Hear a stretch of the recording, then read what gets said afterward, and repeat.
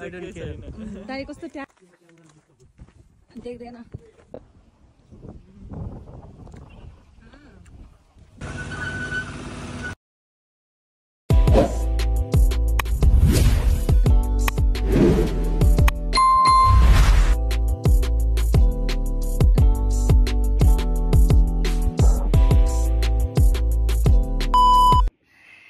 Hello guys welcome to my vlog आज चाहिँ हामी घुम्न जाँदैछौँ आज सन्डे त्यही भएर घुम्न जाँदैछौँ आज चाहिँ हामी मुन्टा भन्ने ठाउँमा जाँदैछौँ त्यही भएर चाहिँ आज मैले चाहिँ मेकअप गरेर नै आइसकेँ सुरुमा मेकअपको भिडियो चाहिँ मैले सर्टमा राख्छु यो चाहिँ भिडियो मात्र मैले लङ गराइनँ त्यही भएर खासै रेडी भएको नि गराइनँ अब जान लाग्यो त्यही भएर चाहिँ आज चाहिँ मैले यो टाइप्सको वान पिस लाउँदैछु अब म रेडी भएर एकछिनमा आउँछु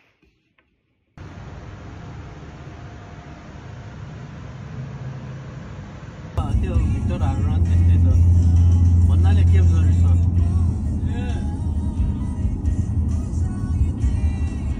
यस्तो हावा लाग्छ कस्तो राम्रो लाग्यो अझ हरियो भएको यता कस्तो दामी देखिन्छ के हरियो त अब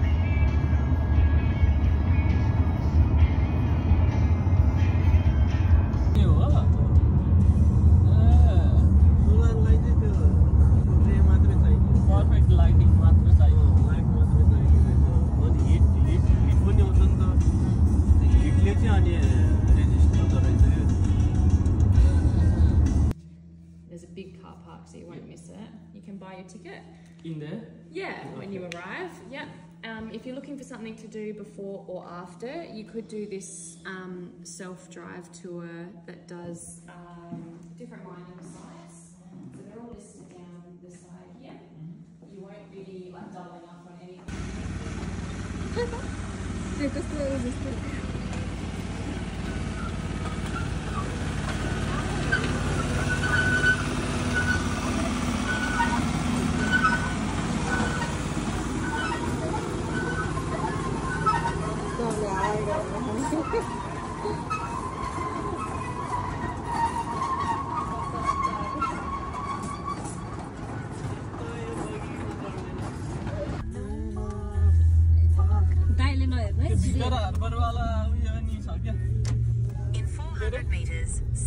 हामी कता आयौँ भन्नु त मुन्टा म्युजियम जान थाले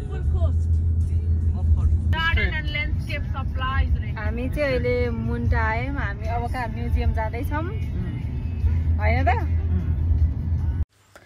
हामी चाहिँ अनि म्युजियम पनि आइपुग्यौँ अनि त्यहाँ गएर चाहिँ हामीले टिकटहरू काट्यौँ अनि टिकट काटिसकेपछि चाहिँ हामीले ट्रेनलाई चाहिँ कुरिरहेको थियौँ त्योभन्दा अगाडि चाहिँ हामीले त्यो ट्रेनको इन्जिनहरू पनि त्यहाँ साइडमा राखिएको थियो अनि हामीले चाहिँ के कस्तो छ भनेर यताउता ट्रेनको इन्जिनहरू चाहिँ चेक गर्न गइरहेको थियौँ अनि रमाइलो लागिरहेको थियो एकदमै त्यहाँ चाहिँ ट्रेनमा चढेर चाहिँ सबै ठाउँमा चाहिँ घुमाएर अनि त्यसपछि सबै के कस्तो हो भनेर चाहिँ बुझाउनको लागि चाहिँ ट्रेन राखेर चाहिँ अनि फेरि त्यहाँ चाहिँ खासमा चाहिँ हामीले कपर म्यानुफ्याक्चरहरू कसरी गरिन्छ होइन हो त्यस्तोको बारेमा चाहिँ हामीलाई त्यो ट्रेनमा चढाएर अनि यताउता लिएर गएर चाहिँ सिकाउने हो अनि यसरी हामीले देख्न सक्नुहुन्छ तपाईहरुले यसरी ट्रेनमा चढ्यौं अनि ट्रेनमा चढिसकेपछि चाहिँ त्यहाँ चाहिँ हामीले कपरहरू भयो आइरनहरू भयो कसरी म्यानुफ्याक्चरहरू भएको हो कहिले इस्टाब्लिश भएको हो जस्ट लाइक त्यस्तो चाहिँ कुराहरू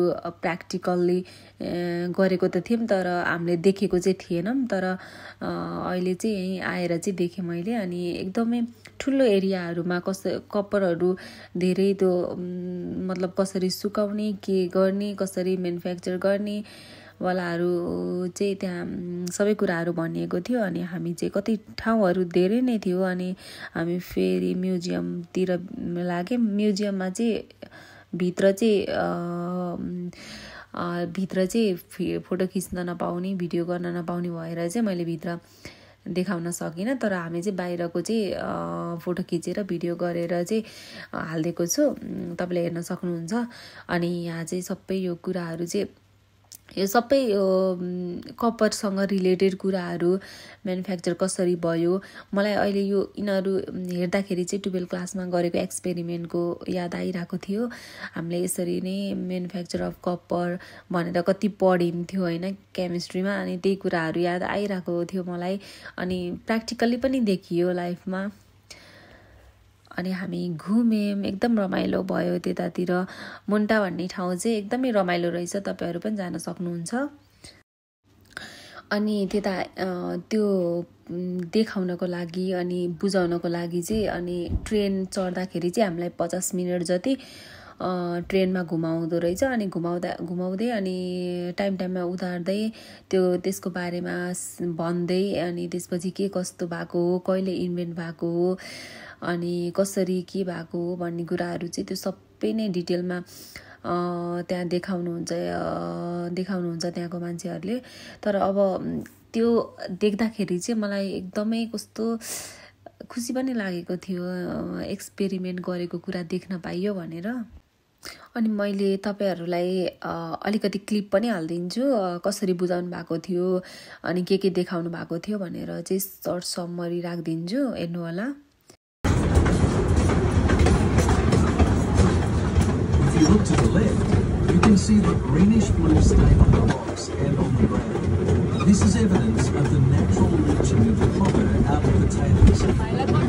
In 1900, Antonio Delgado was brought out from Spain to conduct experiments with a view to dealing effectively with the gas.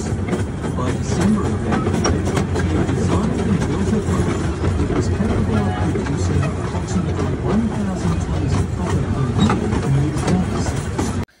अनि त्यसपछि हामी सबै हेरेर अनि हामी फर्किन थालेको। अब चाहिँ खाना खान जान्छौँ हामी चाहिँ। अनि पार्कमा बसेर कस्तो राम्रो लागेको के त्यहाँको पार्क चाहिँ। अनि त्यसपछि हामी पार्कमा बसेर खाना खान्छौँ, एकछिन गफ गर्छौँ, अनि त्यसपछि हामी घर फर्कियौँ भन्ने भएर चाहिँ घर फर्किन्छौँ। हामी आधा बाटोबाट चाहिँ हामी 4जना छुट्टिन्छौँ, 2-2जना दाइ दिदीहरू चाहिँ उतै एडिलेडतिर जानुहुन्छ भने हामी यता हामी चाहिँ गलर आउनुपर्छ, त्यही भएर चाहिँ हामी यता आइयो। अनि त्यसपछि घर आइयो। त्यसपछि कस्तो थकित जस्तो अनुहार भएको छ घर आउँदा पनि। अनि आजलाई यति। Thank you for watching, bye by.